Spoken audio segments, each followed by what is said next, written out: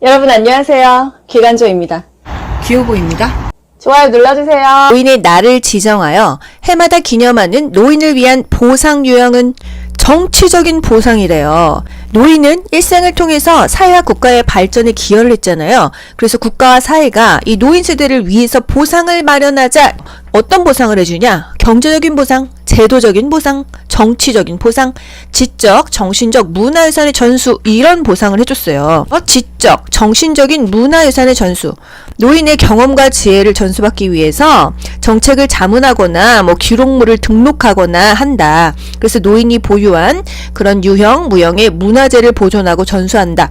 지금은 사실 네이버에 물어보면 다 나옵니다. 맞지 않나요? 노인의 경험과 지혜를 전수받기 위해서 과거에는 정책 자문도 하고 기록물도 보존하고 이런 노인이 가지고 있는 문화재를 보존해서 전달할 수 있도록 지원을 했다는 거예요. 경제적인 보상, 이 노인들에게 경제적인 혜택을 주는 거죠. 공공시설, 이용요금 감면, 지하철 65세 이상은 무료 아닙니까? 어버이날, 노인의 날 지정하는 게 정치적인 보상이에요. 왜? 정치적으로 국회의원들이 이 날을 지정하지 않으면은요, 이런 날이 없다는 거죠. 자유적인 보상, 자유적인 보상은요, 교재에는 나와 있지 않습니다. 제도적인 보상은 나와 있어요. 사회보장 제도를 통해서 소득을 보장하고 의료를 보장한다. 노인복지관, 경로당 이런 것들을 통해서 여가활동이나 노인의 복지 서비스를 보상한다는 거죠. 2번 노인 부양 문제의 개선 방안으로 옳은 것은 세대 분리를 촉진한다. 시설 입소를 우선시한다. 자녀가 부모의 부양을 전담한다. 국가 주도의 돌봄 정책을 강화한다. 장기요양 등급 판정 항목을 늘린다. 정답은요? 국가 주도의 돌봄 정책을 강화한다입니다. 이건 확실하니까 답이 돼요. 세대 분리를 촉진하는 게 아니라 세대 통합을 증진한다고 했습니다. 시설 입소를 우선시해요? 우리 엄마 아빠가 요양원 가는 게 우선이 되면 안 되겠죠. 노인 복지의 원칙에서 뭐라 그랬어요? 가능한 한 오랫동안 가정에서 살 수 있어야 된다. 그래야 노인이 독립적으로 살 수가 있다. 독립의 원칙이었었어요. 자녀가 부모의 부양을 전담하면 너무 힘들죠. 사회가 부양해야 된다, 이런 비중이 증가하고 있다고 했어요. 노인 자신도 자기 노후를 준비하고 자녀나 가족도 준비하고 사회에서도 준비해줘야 된다. 공적 부양과 사적 부양을 협력적으로 병행하라고 했습니다. 국가 주도의 돌봄 정책이 점점 강화돼야 된다. 나라에서 좀 많이 해결해 줘야 된다. 이거예요. 자녀가 없고 배우자가 없는 독거노인들도 많잖아요. 그죠? 장기요양 등급 판정 항목을 늘린다? 안 그래도 지금 52가지입니다. 쉬운 2가지 항목이죠? 더 많이 항목을 늘리면은 이 장기요양 등급 판정 받기 어렵겠죠? 그러면 부양 문제 개선이 더 어렵다 이겁니다. 혜택을 더 많이 못 받으니까요. 노인 부양 문제는 어떻게 해결해야 된다? 공적인 부양과 사적 부양을 협력적으로 병행해야 된다. 노인 자신, 그리고 가족, 그리고 나라에서도 도와줘야 된다 이거예요. 성인 자녀가 근거리에 살면서 노모를 보살피는 게 수정 확대 가족이 되겠어요. 3번 다음에서 설명하는 사회복지제도는 노인의 안정적인 소득 기반 제공, 생활 안정을 지원한다. 대상, 만 65세 이상, 소득 인정액 기준 70% 수준 이하의 노인, 재원, 돈은 어디서 나오냐? 국가와 지방자치단체들에 의해서 조성된다. 이게 뭐죠, 여러분? 기초연금입니다. 65세 이상이 받을 수 있는 거, 기초연금이에요. 기초연금은요, 국민연금으로 노후소득을 충분히 보상받기가 어려워져서 생긴 제도입니다. 65세 이상 노인에게 과거에는 20만원 줬어요. 그런데 2018년부터는 25만원을 지급하고 있죠. 4번 등급 판정위원회의 심의 결과 노인 장기 요양보험의 급여 대상자는, 급여가 뭐죠 여러분? 서비스 대상자는, 혜택 받을 수 있는 대상자는, 이런 걸로 말을 변경하세요. 그 노인 장기 요양보험의 급여 대상자는요, 65세 이상과 65세 미만으로 나뉘죠. 65세 미만이라고 한다면 노인성 질병이면 가능해요. 나이에 상관이 없다. 그래서 요게 맞습니다. 백내장 수술을 했어. 노인성 질병도 아니고 거동 불편하다는 말이 없어요. 65세지만 거동이 불편하고 일상생활이 어려워야 되는데 그런 말이 없으니까 안 된다. 결핵으로 병원에 입원 중인 60세 남자. 일단 병원에 입원 중이면은 이중 혜택이라서 안 되는 거 있고, 결핵은 노인성 질환이 아니라서 65세가 넘어야 된다는 거죠. 발목이 골절되어 치료받고 있는 60세 남자. 일단 65세가 아니어서 틀렸고요. 발목 일시적으로 고철되어도 6개월 이상의 거동 불편하고 이 일상생활이 어렵지 않으면 안 줍니다. 5번 폐렴약을 복용 중인 50세 여자. 폐렴약을 복용 중이라고 해서 일상생활이 어려운 건 아니거든요. 50세여서 일단 안 됩니다. 노인장기요양보험 급여 대상자는 65세 이상이라고 하면 거동이 불편하고 일상생활만 어려우면 돼요. 질병명에는 상관이 있다 없다? 없다. 65세 이하는 무조건 노인성 질환이어야 된다. 그리고 일상생활도 무조건 어려워야 됩니다. 병원에 입원 중이야. 그러면 안 돼요. 왜? 건강보험 혜택 이미 받고 있잖아요. 이중 혜택은 안 된다. 퇴원 후에 노인장기요양보험 혜택을 받을 수가 있다는 거예요. 5번 노인장기요양보험 급여 중 본인 부담금에 관한 설명으로 옳은 것은 재가급여 15%, 시설급여 20%. 요거 다 알고 계시죠? 그리고 국민 기초생활수급권자는 본인 부담금이 없다고 했어요. 본인 부담금이 빵원 공짜인 사람이 누구다? 국민 기초생활수급권자입니다. 하지만 국민 기초생활수급권자도 비급여 항목은 돈을 내야 되는 거예요. 비급여 항목은 본인이 50% 부담하는 게 아니라 전액 부담한다. 복지용구 비용은 본인이 몇 프로 부담하죠? 복지용구에 대여 재가급여 아니에요. 15%를 부담합니다. 뭐 재가급여다 이러면 당연히 15% 아는데 복지용구의 비용? 이게 뭐지? 한 단계 업그레이드된 문제겠죠? 재가급여 비용은 본인 부담금 15%죠. 시설급여가 20%죠. 의사소견서 발급 비용 20%예요. 뭔가 소견서 발급 비용은 20%이다. 이거 기억하셔야 됩니다. 장기요양보험의 재원조달, 보험료, 국가지원, 본인 일부 부담금, 재가급여는 15%, 시설급여는 20% 내는 거예요. 만약에 전체적으로 시설 가는데 100만 원이 들었어. 계산하기 편하게 100만 원으로 할게요. 본인 부담금, 재가급여 15%니까 15만 원 내는 거예요. 시설 갔어, 요양원 갔어. 그럼 20만 원 내는 거예요. 아시겠죠? 그럼 나머지 돈은 누가 내냐 이거죠. 국가에서 20%를 무조건 대줍니다. 그러면 나머지 이 15 플러스 20%면 35죠? 그럼 65는 누가 내고 또 여기 20%일 때는 60%는 누가 내냐? 국민건강보험료 우리 어디다 냈어요? 건강보험 공단에 냈죠? 그 나머지를 이 보험료에서 충당해 준다 이 얘기예요. 아시겠죠? 재가급여 15%, 시설급여는 20%, 또 의사소견서 발급 비용할 때도 20%. 누가 공짜다? 국민기초생활수급권자는 본인 부담금이 공짜다. 하지만 비급여 항목은 돈을 낸다는 거예요. 아시겠죠? 6번 대상자에게 제공할 수 있는 일상 생활지원 서비스. 생활지원 서비스 뭐예요? 밥하고 청소하고 빨래하는 거죠. 이 중에서 뭐가 있을까요? 청소 딱 나왔어. 이렇게 답 맞추시면 됩니다. 청소나 주변 정돈, 일상 생활지원 서비스예요. 개인 활동지원 서비스 뭐죠? 집 밖에서 하는 거.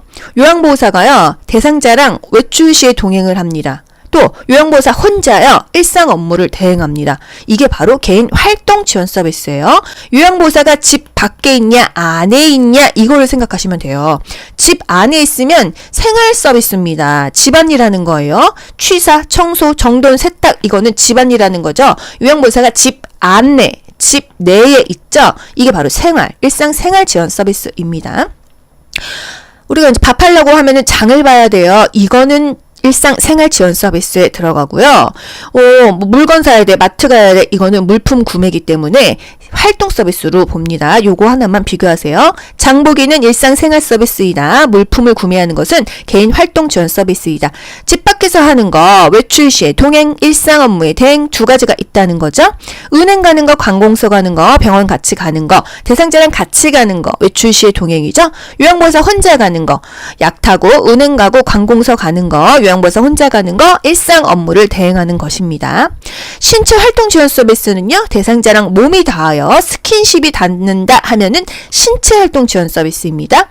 구강관리, 몸단장, 식사도움, 체위변경, 목욕도움, 화장실 이용 돕기 대상자 다 부축하고 지지해야 되잖아요. 이것은 신체 활동 지원 서비스입니다. 다시 요양보호사가 집 안에 있어 일상생활 지원 서비스죠. 집 밖에서 활동해 외출 시에 동행, 일상 업무의 대행은 개인 활동 지원 서비스. 요양보호사가 집 밖에서 활동하는 거죠. 그리고 스킨십이 닿는다 하면은 신체 활동 지원 서비스가 되겠습니다. 7번 요양보호 서비스 제공 원칙에 관한 설명으로 옳은 것은 대상자가 변비가 있는 경우 관장을 실시한다. 의료용이 땡. 대상자와 직계가족에게 서비스를 제공한다. 대상자에게만 제공한다. 서비스를 제공하기 전에 대상자의 특성을 확인한다. 이거 맞지 않습니까? 그쵸? 요거 딱 답이에요. 대상자의 상태가 변화하면 서비스를 임의로 조정한다. 보고해야 되죠.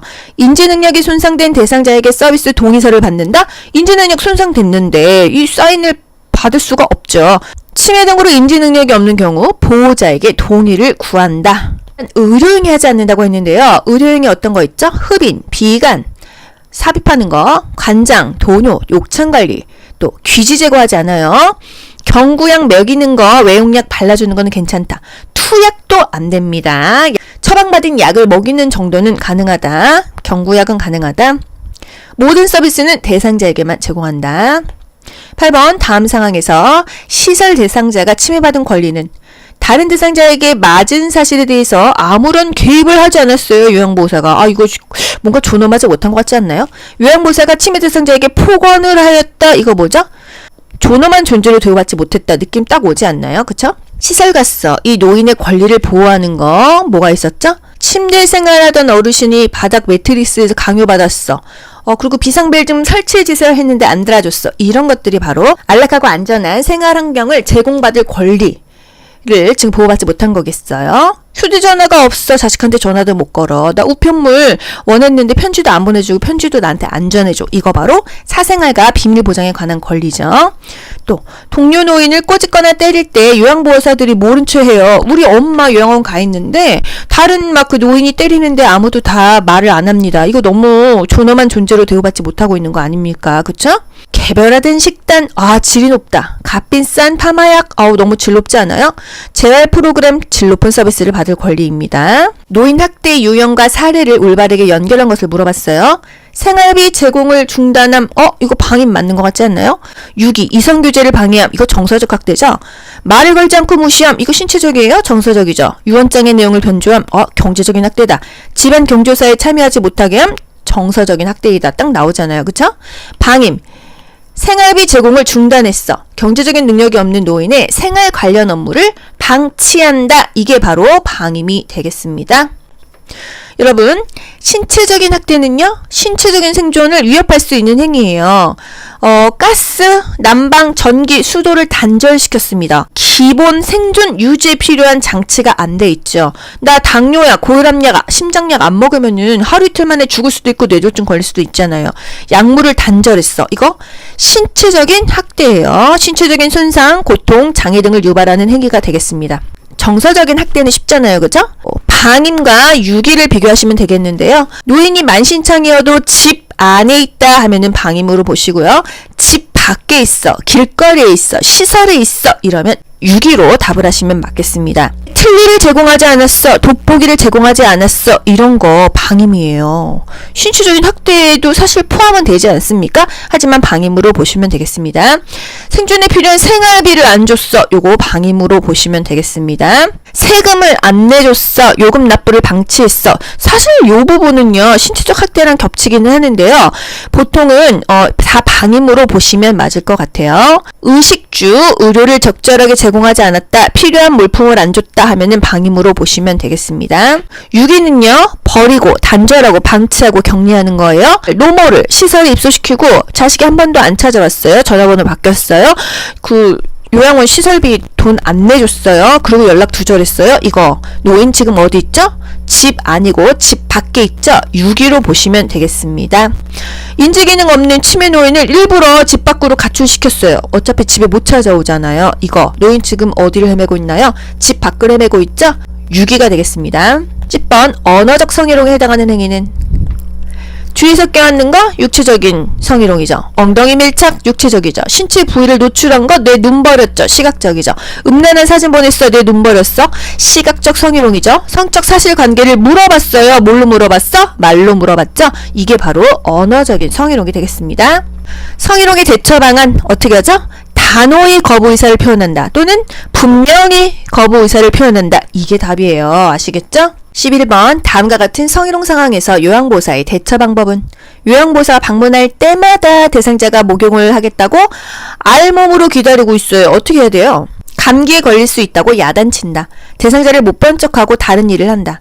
대상자에게 서비스를 중단한다고 말한다. 이거는 기관에서 대처하는 겁니다. 대상자의 가족에게 재발 방지를 약속받는다. 이것도 기관에서 관리 책임자에게 보고하여 적절한 조치를 취하게 한다. 이게 적당한 답이 되겠어요. 또는 금일 목욕 서비스 없어요. 이렇게 단호하게 말한다. 단호하게 말해? 때마다라고 했을 때는 단호하게 말해주는 거예요. 보통은 뭐 옷을 입혀준다 이런 게 답이고 부적절한 성행동일 때 단호하게 했었잖아요. 하지만 때마다 맨날 벗고 있으니까 단호하게 할 필요가 있다. 옷을 벗고 있는 이유 물어보나요? 물어보지는 않아요. 하지만 대상자가 옷을 벗고 있는 이유를 요양보호사가 파악을 한 다음에 보고를 해야 되겠습니다. 12번 다음 사례에서 요양보호사가 준수한 직업윤리는 직업윤리 문제 보통 80문제에서 2문제 이상 나옵니다. 방문 요양 시 대상자가 명절 음식을 만들어달라고 부탁했다. 명절 음식 이거 안 되지 않습니까? 이 급여 내용이 없어서 서비스를 제공할 수 없다고 정중히 거절했어요. 이거 뭐죠? 협력하려는 태도, 자기개발하려는 태도, 인권 옹호하려는 태도, 전문 상담가로서의 태도, 규정에 따라 업무를 수행하려는 태도. 요거 딱 답 나오지 않습니까? 그죠?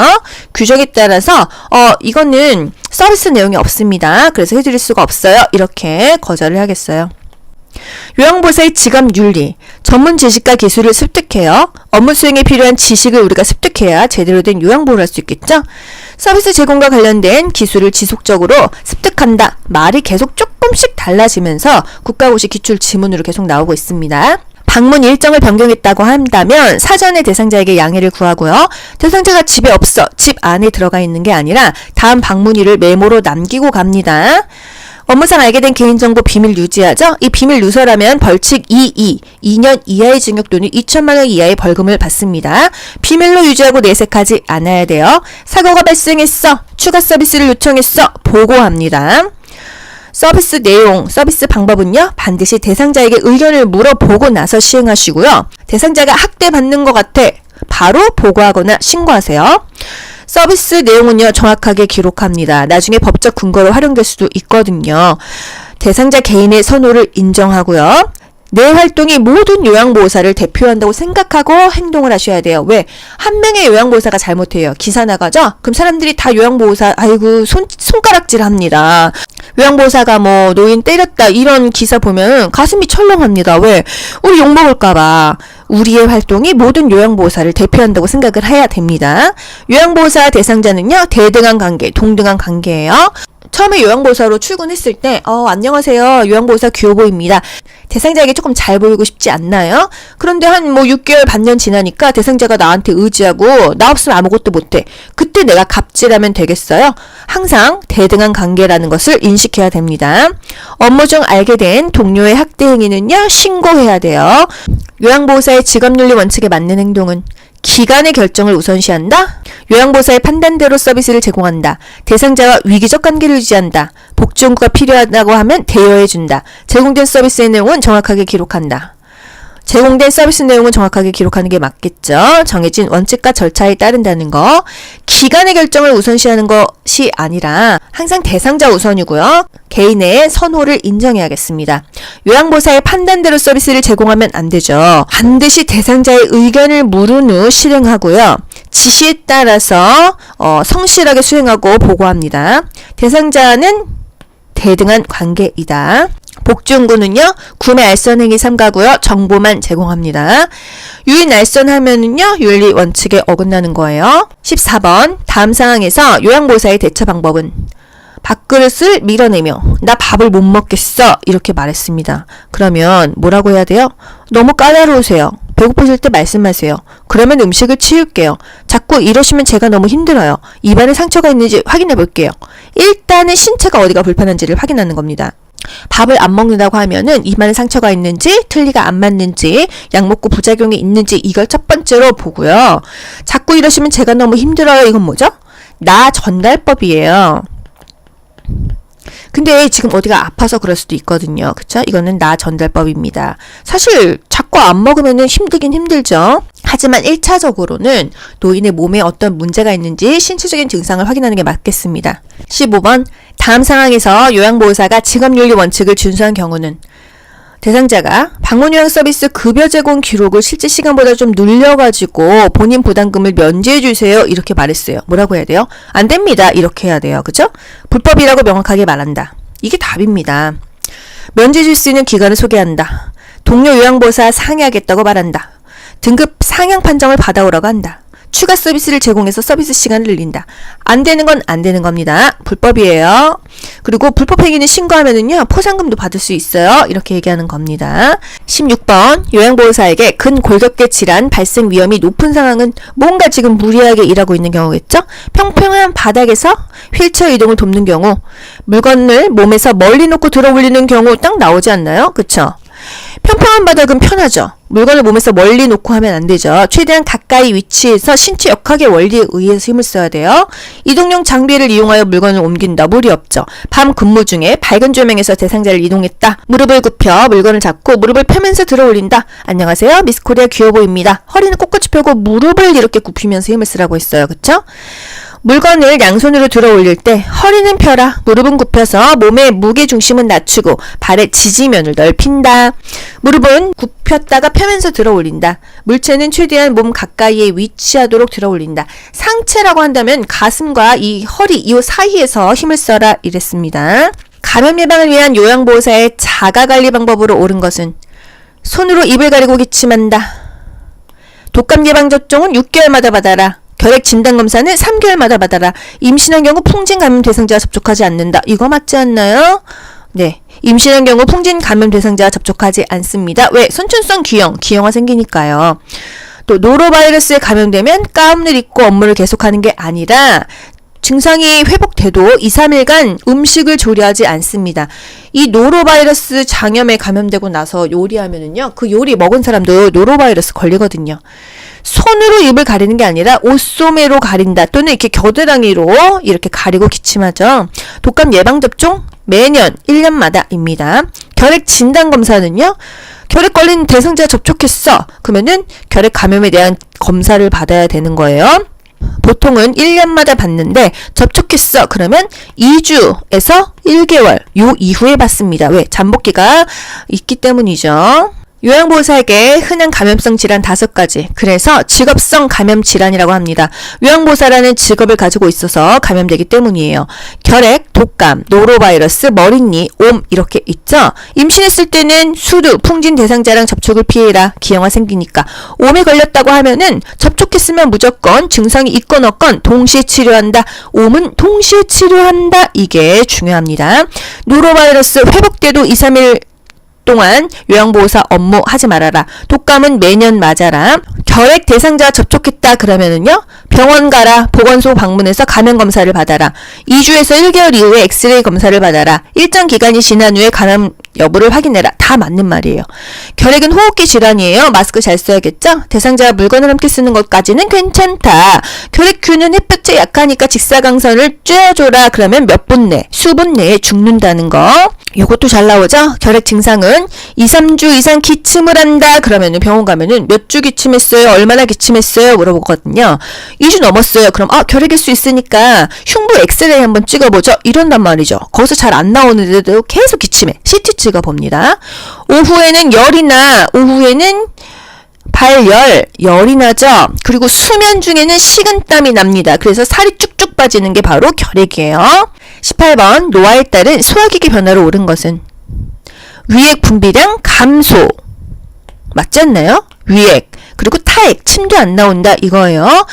식후 포만감이 지연되나요? 지연되지 않아요. 포만감을 일찍 느끼고 복부 팽만감, 식욕 부진이 생깁니다. 오늘 얼마 먹지도 않았는데 배가 더 부룩해 이런 말 많이 하잖아요.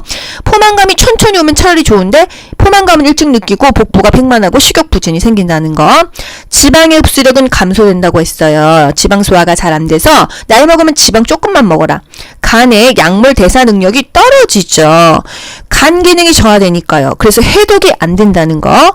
항문의 관략근 긴장도가 감소됩니다. 긴장도는 탄력성이라고 생각하면 돼요. 탄력성이 감소된다는 거. 그래서 변실금이 나오죠. 소화기계 질환, 헬리코박터균 하면은 위궤양 이렇게 연결하세요. 국가고시에 나왔었죠? 설사 하면은 수분을 섭취해줘라. 이렇게 답을 바로바로 맞추시면 되겠습니다. 폐결핵에 관한 설명으로 옳은 것은 바이러스 감염 질환일까요? 스테로이드 약물 복용으로 예방할 수 있다?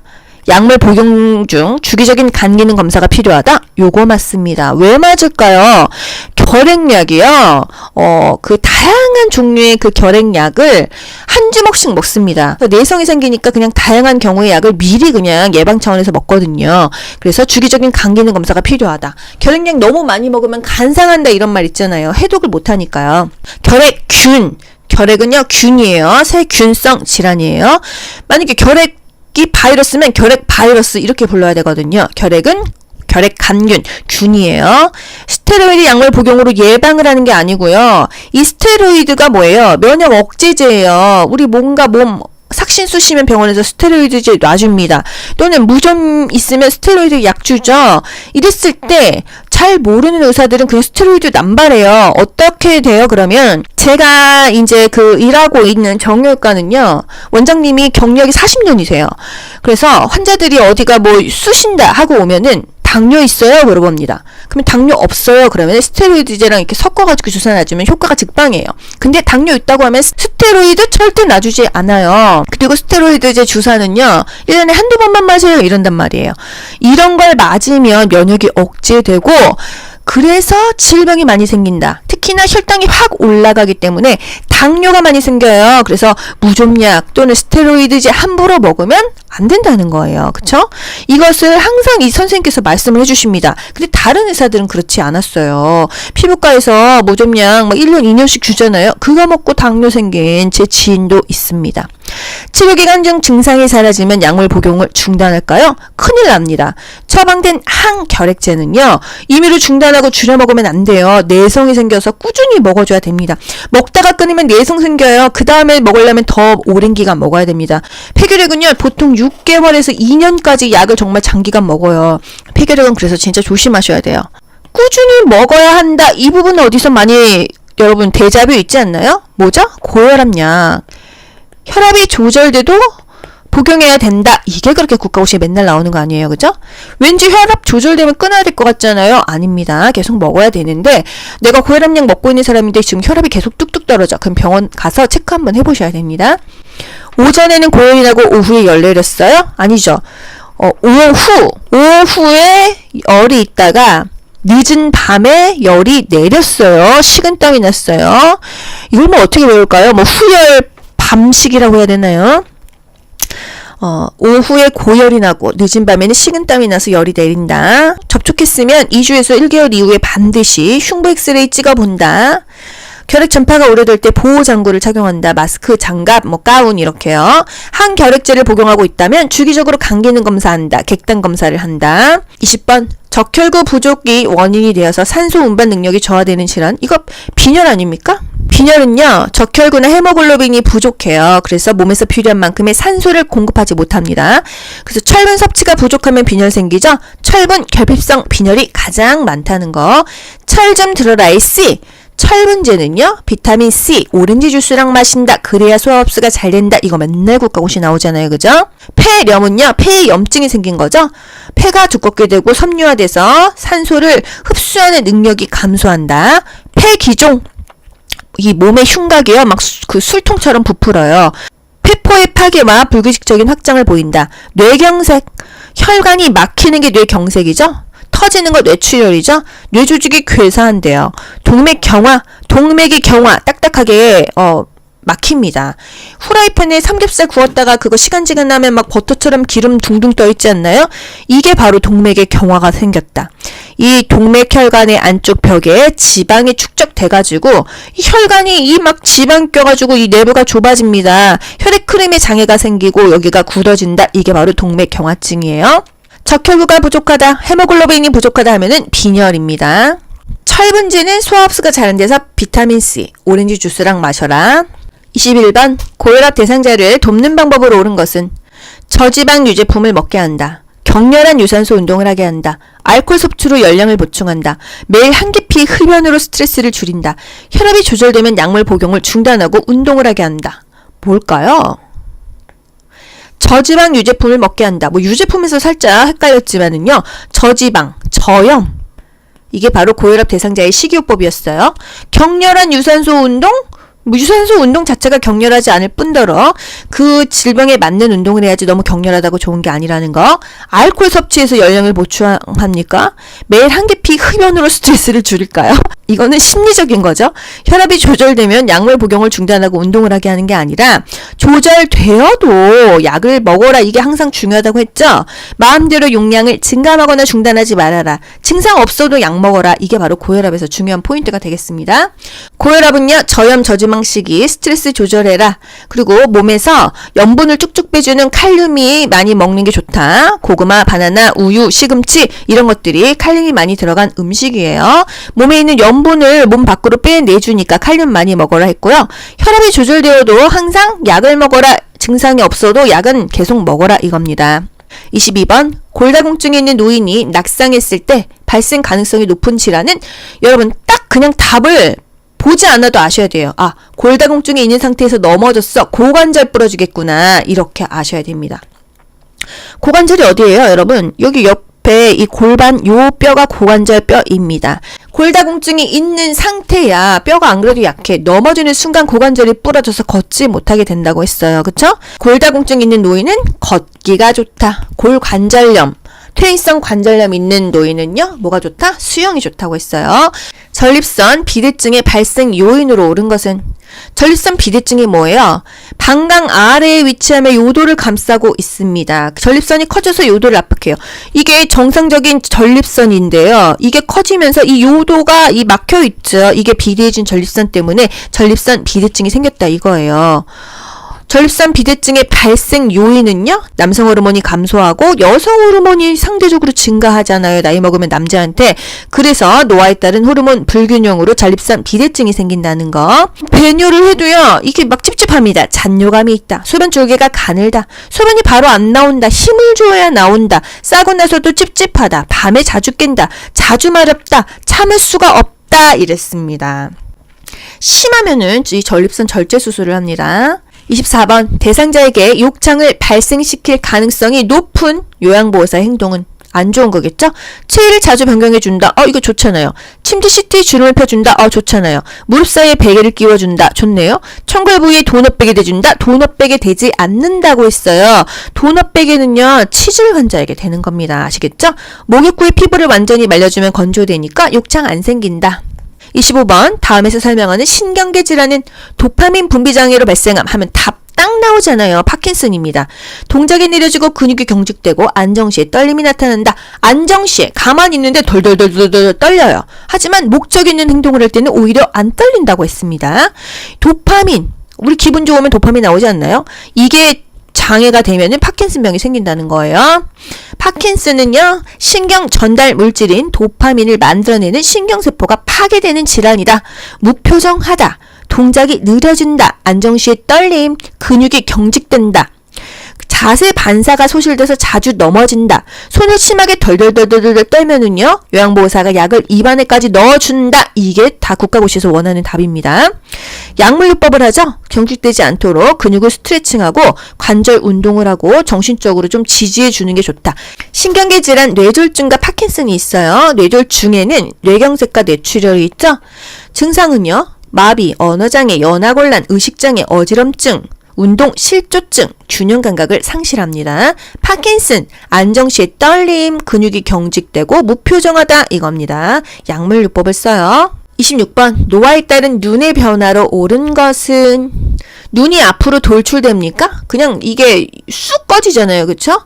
눈꺼풀이 처지고 눈이 깊게 푹 꺼진다. 눈물의 양이 감소합니다. 눈이 엄청나게 건조해요. 각막 반사가 증가하는 게 아니라 둔해진다. 수정체 황화 현상이 나타난다. 맞습니다. 수정체가 누리끼리해져서 빨주노 쪽 파남보 중에서 파남보, 파랑색, 남색, 보라색 구분이 어려워요. 이걸 바로 황화 현상이라고 해요. 누리끼리해진다. 그래서 백내장 수술 많이 하잖아요.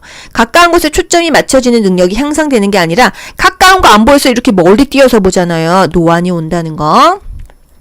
27번 당뇨병의 대표적인 증상으로 옳은 것은 다음다식 다갈 다뇨, 체중 감소 이런 증상이 있습니다. 음료수 많이 먹고요. 밥도 많이 먹고요. 계속 목마르고요. 오줌도 많이 쌉니다.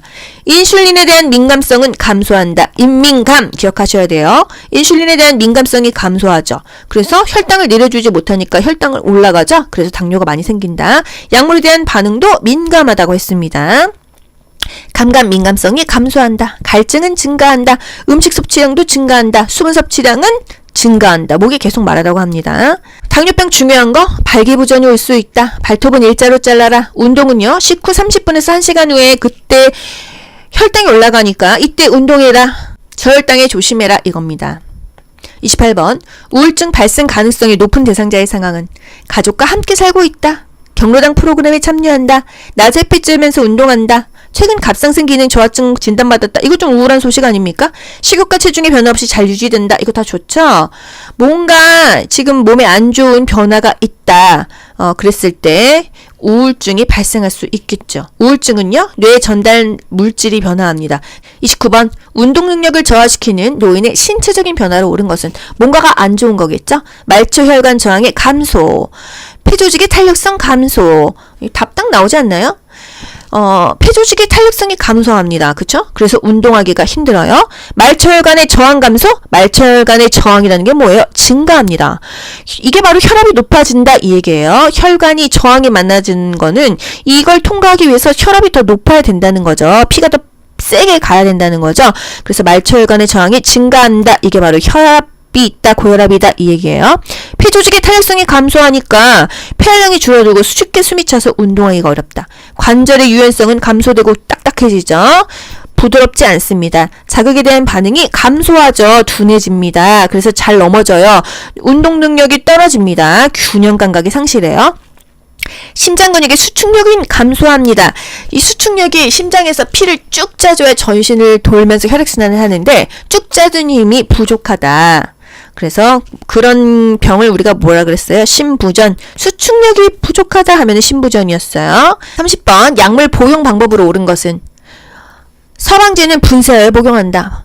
인슐린은 구강으로 복용한다. 장요코팅제는 분할하여 복용할 수 있다. 분할성이 있는 약은 쪼개어 복용할 수 있다. 답 너무 쉽지 않나요? 분할성 있는 거는 쪼개서 먹을 수가 있습니다. 하지만 서방제는 분쇄해서 복용합니까? 약은요 그대로 먹어야 돼요. 서방제는 서서히 방출되는 정제약, 분할, 분쇄가 불가하다. 부작용이 있으니까. 예를 들어서 고혈압 약이에요. 이게 하나로 딱딱하게 되어 있습니다. 이걸 임의로 쪼개 먹으면 어떻게 돼요? 이 약이 24시간 동안 천천히 약발을 받아야 되는데 그냥 갑자기 그냥 확 혈압이 떨어질 수 있다. 절대로 쪼개 먹거나 가루 내서 먹으면 안 됩니다. 이런 상식이 없을 때 저희 엄마가 약이 너무 크다고 쪼개서 드신 적이 있었는데 제가 그거를 그러면 안 돼 이랬었거든요. 왜 안 되는지 그때는 몰랐어요. 이런 부작용이 있을 수 있다는 거예요. 인슐린은 구강으로 복용한다. 인슐린을 사실 구강으로 복용하면 너무 좋은데요. 구강으로 먹으면 파괴가 돼요. 그래서 어쩔 수 없이 주사를 맞아야 됩니다. 장용 코팅제는 분할하면 안 됩니다. 약효가 저하되니까요. 항고혈압제는 자몽주스와 함께 복용하는 것이 좋다? 노노노. 자몽주스를 피해라 그랬어요. 그쵸? 인삼, 자몽주스 피해라. 자몽주스랑 고혈압약을 먹으면은 고지혈증, 고혈압 이런 부작용이 있다는 거예요. 31번 만 65세 이상 노인에게 권장되는 예방접종? 뭐가 있죠? 폐렴, 균딱 나오잖아요. 그쵸? 수도, 홍역 이거 다 어릴 때 맞지 않습니까? 폐렴은 65세 이상 노인이 맞아야 된다 이거예요. 노인들이 폐렴, 흡인성 폐렴 많이 돌아가시는 게 폐렴 증상입니다. 결국은 합병증이다 폐렴으로 와서 많이 죽어요. 65세 이상 매년 맞아라 하는 거는요. 독감, 인플루엔자 주사죠. 폐렴도 한 번 정도 맞으면 좋다. 대상포진 주사도 평생 한 번만 맞으면 된다는 거예요. 대상포진 예방접종이 막 17만원, 20만원 하는데 걸려서 고생하는 것보다 낫다. 하지만 면역력이 떨어졌을 때 맞으면은 이 접종 맞고 걸립니다. 제 친구도요. 그 코로나 예방접종 맞고 갑자기 코로나 걸렸어요. 맞자마자 걸리더라고요. 그래서 컨디션 안 좋은 사람, 면역력 떨어진 사람은 그 주사 맞고 걸린다. 우리 10년마다 파디하자고. 10년마다 맞는 거 뭐 있죠? 파디. 파상풍과 디프테리아는 10년마다 맞습니다. 올해 맞았어요. 10년 후에 또 맞으시면 돼요. 32번 요양보호사가 관찰한 내용을 올바르게 기록한 것은 1번 실금을 여러 번 함. 여러 번이 몇 번이에요? 두세 번이에요? 10번이에요? 2번 오후에 건망증이 더 심해짐. 오후가 몇 시인지 더 심해짐이 확실하지 않죠. 3번 오랜만에 기분이 좋아 보임. 오랜만이 일주일 만인가요? 3달 만인가요? 4번 오후 간식인 바나나 섭취를 거부함. 사실 오후 몇 시 이러면 더 좋겠죠. 5번 이른 아침에 운동을 간단하게 함. 간단하게가 10분인지 1시간인지 이른 아침이 몇 시인지. 여기서는 그냥 그나마 오후 간식인 바나나 섭취를 거부함이 제일 맞겠죠. 이왕이면은 오후 2시 바나나 간식 거부함. 이게 더 좋겠어요. 그쵸? 요양보호 기록의 원칙은요. 객관적 사실을 육하 원칙에 언제 어디서 무엇을 어떻게 왜 누구랑 이렇게 정확하게 기록합니다. 공식화된 용어를 써야겠죠. 간단 명료하게 그때그때 신속하게 기록하고요. 구체적으로 애매한 표현은 피해주세요. 반드시 서명을 한다. 33번 방문 요양 서비스 제공 시 관리 책임자에게 반드시 보고해야 되는 상황은 대상자가 반려동물을 봐달라고 요청할 때, 대상자가 넘어져서 타박상을 입었을 때, 이렇게 사고가 나거나 뭔가 위험했을 때 보고하죠. 이런 평범한 일들. 대상자의 옷장이 정리되지 않았다. 대상자가 하루 종일 텔레비전 본다. 자녀의 안부 전화가 없다면 대상자가 속상해한다. 이건 다 요양보호사가 책임질 수 있습니다. 하지만 관리 책임자에게 보고해야 되는 거 뭔가 문제 상황, 사고가 났을 때입니다. 사고가 발생했을 때 신속 보고하죠. 지시를 받아야 돼요. 업무를 잘못 수행했어. 약 잘못 먹였어. 이럴 때는 무조건 보고합니다. 34번 사전 연명 의료요양서. 설명으로 옳은 것은 본인 의사에 상관없이 대리 작성이 가능한 게 아니라 항상 본인 스스로 작성하죠. 19세 이상이면 됩니다. 사전 연명 의료의향서 등록 기간에 등록해야만 효력이 있다. 요거 맞죠? 등록을 해야지만 효력이 있어요. 또 연명 의료 중단은 의사의 도움에 의한 적극적인 안락사와 같다. 적극적이라기보다는 차라리 소극적입니다. 무의미한 생명 연장은 좀 중단하고 싶다. 자연적인 죽음을 받아들이고 싶다. 이렇게 죽이는 건 아니잖아요. 그래서 소극적인 안락사이다. 효력이 발생하여 연명의료가 중단되어도 심폐소생술은 실시됩니까? 심폐소생술 하지 않습니다. 혈액추석 안 해요. 항암제 투여 안 해요. 인공호흡기 착용 안 해요. 수혈 안 받고요. 치외 생명유지술 다 안 합니다. 하지만 하는 거, 효력이 발생하여 연명의료가 중단되며 물과 영양분을 공급하지 않나요? 물과 영양분 공급 안 하면 그냥 죽는 거잖아요. 일부러 죽이지는 않습니다. 소극적인 안락사니까요. 통증 완화를 위한 의료행위는 한다. 통증 완화제, 영양분, 물, 산소는 중단할 수가 없다.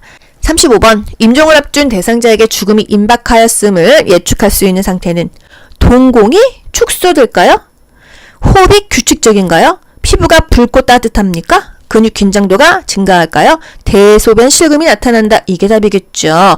동공은 확대됩니다. 호흡은 불규칙적이죠. 맥박수도 감소하고 혈압도 떨어지고요. 소변도 감소해서 핍뇨라고 합니다.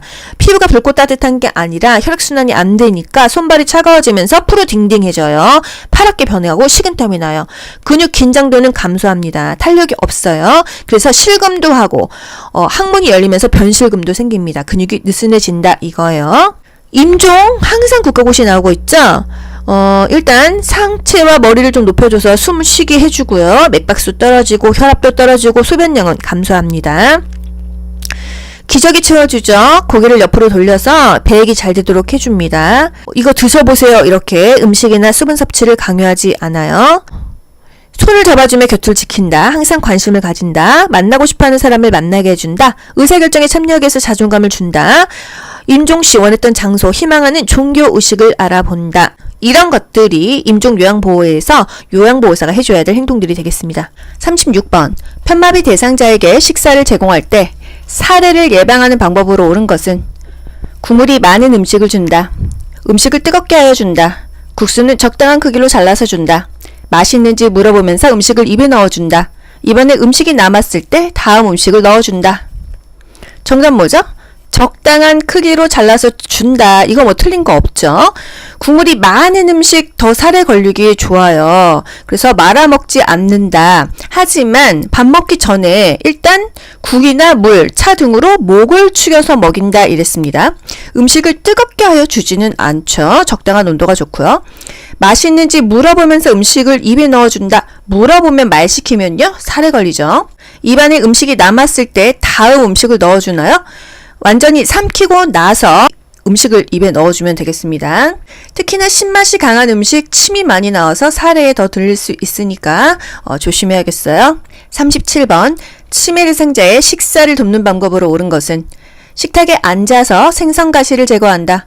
사용하기 편하도록 가벼운 숟가락을 준비한다. 음식을 거부할 때에는 갈아서 한꺼번에 먹인다. 평소에 좋아하는 드라마를 보면서 식사하게 한다. 의치가 느슨하면 의치를 빼고 식사하게 한다. 5번 맞죠? 의치가 느슨하면 의치를 빼고 식사하게 하죠. 왜냐하면 의치가 식도로 넘어갈 수 있어요. 귀도 막힐 수 있거든요. 느슨한 의치는 끼우지 않아요. 치과 가서 조정해야겠습니다. 식탁에 앉아서 같이 생선가시를 제거하는 게 아니라 미리 다 준비를 해가지고요. 식탁에 앉으면 바로 밥을 먹을 수 있도록 준비한다. 사용하기 편하도록 가벼운 숟가락을 준비하는 것이 아니라 약간 무거운 숟가락을 사용해서 밥 먹고 있다는 사실을 잊어먹지 않도록 해준다고 했어요. 음식을 거부한다고 하면은 갈아서 한 번에 먹이나요? 입안에 상처가 있는지, 틀니가 뭐가 문제가 있는지, 약 부작용이 있는지, 또는 숟가락, 젓가락 사용 방법을 잊었는지, 눈이 잘 안 보이는지, 뭔가 문제를 확인하고 불편한 것을 확인하면 되겠습니다. 평소에 좋아하는 드라마를 보면서 식사하게 한다. 실제로는 이렇게 하는 경우가 있잖아요. 그렇지만 안정된 분위기에서 식사를 하는 게 중요하다 그래서 밥 먹을 때는 TV를 끄고요. 우리 TV를 언제 켰나요? 석양증후군일 때는 밤이 아니다, 낮이다 이렇게 연출해 주라고 했잖아요. 이때는 조명도 환하게 켜고 TV도 켭니다. 하지만 밥 먹을 때는 TV는 끈다. 이게 답이 되겠어요. 38번 대상자의 약물 복용을 돕는 방법으로 옳은 것은 색이 변한 물약은 흔들어서 복용하게 한다. 물을 충분히 제공하여 약을 잘 삼키게 한다. 물약은 라벨이 없는 쪽을 잡고 용액을 따른다. 손바닥에 덜어낸 후 남은 알약은 약병에 다시 넣는다. 캡슐약은 벗겨서 가루한 숟가락에 놓고 물로 녹여서 투약한다. 정답 뭐죠? 물은 충분히 제공해서 약을 잘 삼키게 한다. 틀린 게 없죠. 색이 변한 물약은요. 흔들어서 복용하는 게 아니라 버려야겠습니다. 약을 따르기 전에 약물은 한번 흔들어서 먹이고요. 물약은 라벨이 없는 쪽을 잡고 용액을 따르나요? 라벨이 붙은 쪽을 잡고 그 반대쪽으로 따라야 그 라벨에 이 약이 묻지 않아서 어떤 약인지 알 수 있는 거죠. 손바닥에 덜어낸 후 남은 알약은 약병에 다시 넣습니까? 그럼 세균이 또 드글드글 하겠죠? 뚜껑으로 옮긴 다음에 이 뚜껑에 있는 약을 내 손으로 옮기면 되겠어요. 손으로 만진 약은 다시 집어넣지 않는다. 캡슐약은 벗기나요? 그대로 투약하죠? 가루약은요, 숟가락에 물로 해서 먹이거나 바늘을 제거한 주사기로 먹여도 되겠습니다. 약을요, 임의로 쪼개거나 가루내서 먹이면 안 돼요. 단, 절단선이 있는 약은 잘라서 먹일 수가 있지만 일반 약은 다 그냥 그대로 먹입니다. 39번, 다음 그림 중에서 물약을 사용하기 위해 병뚜껑을 열어서 내려놓는 방법 뭐죠, 여러분? 정답? 가입니다. 병뚜껑을 열었을 때 안쪽이 위를 향해야겠죠? 바깥쪽이 바닥에 닿아야 돼요. 그래야 세균이 안 묻는다는 거. 이쪽이 깨끗해야 될 거 아니에요. 그죠? 그리고 어디를 잡고 따른다? 여기 라벨이 있는 쪽을 붙잡고 이 반대쪽으로 약을 따르면 되겠습니다. 40번, 다음 그림 중에서 중이염을 앓고 있는 대상자에게 귀약을 투여할 때 귓바퀴를 잡아당기는 방향 후상방이죠, 여러분. 후상방. 후상. 뒤쪽으로 좀 당기면서 위로 잡아당긴다 이거예요. 그래야지 약물이 귀 안으로 잘 들어간다는 거. 약은 차갑게 넣으면 어떻게 되죠? 쇼크 와요. 오심 와요. 속이 메스껍단 말이에요. 따뜻하게 하거나 온수에 담가서 귀에 넣어주고요. 투여한 후에 귀 입구를 부드럽게 눌러주고 약 5분 정도 눕게 합니다. 작은 솜을 15분에서 20분 동안 귀에 느슨하게 끼워 놓기도 하고요. 양쪽 귀에 귀약을 넣을 때 한쪽 귀에 약 놓고 5분간 같은 자세로 있게 한다. 41번, 대상자가 옷에 변을 지렸을 때 대처 방법은 기저귀를 채워준다. 4시간마다 이동변기를 대준다. 즉시 창문을 열어 냄새를 제거한다. 자존감을 지켜주기 위해 모른 척한다. 불쾌감을 느끼지 않도록 옷을 갈아입힌다.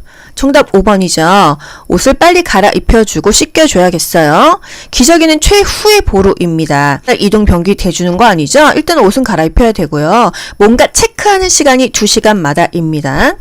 즉시 창문을 열어서 냄새 제거하면 좀 춥죠? 나중에 간접한 게 하면 되겠습니다. 모르는 척 하면 어떡합니까? 이거 누가 치워줘요, 그죠? 너무 민감하게 반응하지 않고요. 비난하지 마세요. 화내지 마세요. 가능한 한 빨리 옷을 갈아입힙니다. 42번, 요실금 대상자의 배뇨 돕는 방법. 배뇨 후 아랫배를 눌러줘 방광을 완전히 비운다. 정답 바로 나오지 않았나요? 주기적으로 도뇨관을 사용한다? 주기적으로 돈요관을 사용하는 질병은 전립선 비대증 환자가 되겠습니다. 식이섬유가 적은 음식을 제공한다? 식이섬유는 많아야겠어요. 섬유질이 많아야 변비가 예방되니까요. 복압성 요실금 대상자, 변비가 걸렸으면 복압성 요실금이 많이 생긴다 그랬잖아요. 배에 압력이 차서요. 더운 물주머니를 복부에 대줍니까? 뭔가 안 나온다고 하면은 따뜻하게 대주시면요. 요실금은 이미 나오고 있잖아요. 활동을 제한하여 배뇨 횟수를 줄인다? 활동을 제한한다? 이런 거 다 틀립니다. 충분하게 수분 섭취하죠? 방광 기능을 유지시키죠? 케겔 운동, 골반 근육 강화 운동 시키죠. 43번. 간이변기를 사용하여 배설하는 대상자를 돕는 방법으로 옳은 것은, 간이변기가 뭐예요? 요강처럼 침대 위에 있는 대상자 밑에 넣어주는 거죠. 변기는 찬물이 닦고 되어준다? 춥죠. 변기 놓을 자리에 젖은 수건을 깔아준다. 배설하지 못했으면 변이가 생길 때 다시 데워준다. 침대를 평평하게 하여 힘주기 쉬운 자세를 유지하게 한다? 바지를 내린 후라고 했나요? 덮고 내리라고 했잖아요. 그죠? 정답, 배설하지 못했으면 변이가 생길 때 다시 데워준다 입니다.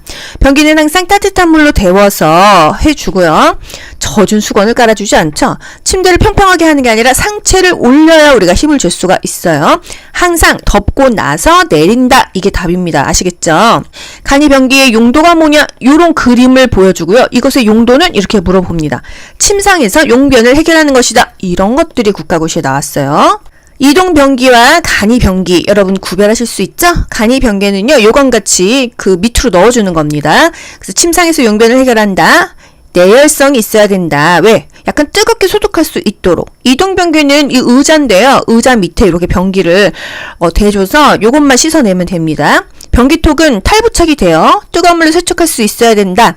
소독약으로 소독할 수 있는 재질이어야 한다. 이런 것들이 국가고시에 나오고 있던 지문입니다. 44번. 기저귀 사용을 도울 때 젖은 기저귀를 빨리 새 기저귀로 갈아줘야 되는 이유가 뭐예요? 욕창 안 생기기 위해서 아니겠어요? 그쵸? 피부의 손상을 예방하기 위해서입니다. 피부 손상이 안 돼야 욕창이 안 생기는 거죠. 배뇨 시간, 배변 시간에 맞춰서 자주 살펴봐라. 2시간 간격 또는 더 빨리 살펴봐도 좋죠. 피부에 문제가 생기지 않도록 건조하게 말려줘야겠어요. 45번. 유치 도뇨관을 삽입한 대상자를 돕는 방법으로 옳은 것은, 침상에서 절대 안정하게 한다? 하루에 한 번 방광을 세척한다? 소변 주머니는 바닥에 닿게 고정시킨다? 소변이 새면 유치 도뇨관을 즉시 제거한다? 금기사항이 없는 한 수분 섭취를 권장한다. 너무 무난하게 딱 답 나오잖아요. 그쵸? 금기사항 없으면 수분 섭취를 권장합니다. 금기사항인 뭐가 있을까요? 간, 심, 신, 갑부. 수분을 제한해야 되는 질병, 간, 심, 신, 갑부 외에는 수분을 권장합니다. 간, 간경화, 심, 신부전, 신, 신부전, 갑, 갑상선 기능 저하증, 부신 기능 저하증이죠. 침상에서 절대 안정할 필요 있어요? 유치 도뇨관이 뭐예요? 소변줄을 꽂고 있는 게 도뇨관인데, 도뇨관을 계속 유치하고 있어요. 소변줄을 계속 꽂고 있는 게 유치 도뇨관입니다. 자유로이 움직일 수 있습니다. 걸을 수도 있습니다. 이렇게 말해주는 거죠. 하루에 한 번 방광 세척을 한다? 방광을 세척하는 것은 의료행위예요. 요양보호사는 의료행위하지 않습니다. 유치 도뇨관을 교환하거나 삽입하거나 세척하는 것은 금지예요. 소변 주머니는 바닥에 닿게 고정시키지 않습니다. 바닥에 닿지는 않아요. 그냥 우리 방광보다 아랫배보다 낮게 놓는 것이에요.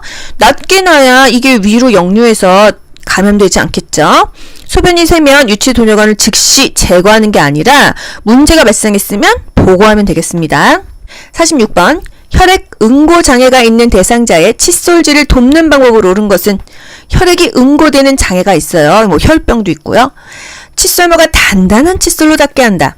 치아에서 잇몸 방향으로 칫솔질하게 한다. 칫솔로 치아뿐 아니라 혀에 깊숙한 데까지 닿게 한다. 치실로 음식물 찌꺼기를 제거한 후 칫솔질하게 한다. 매식사 후 30분 이내와 잠자기 전에 칫솔질하게 한다. 정답 무난하게 5번 나오죠?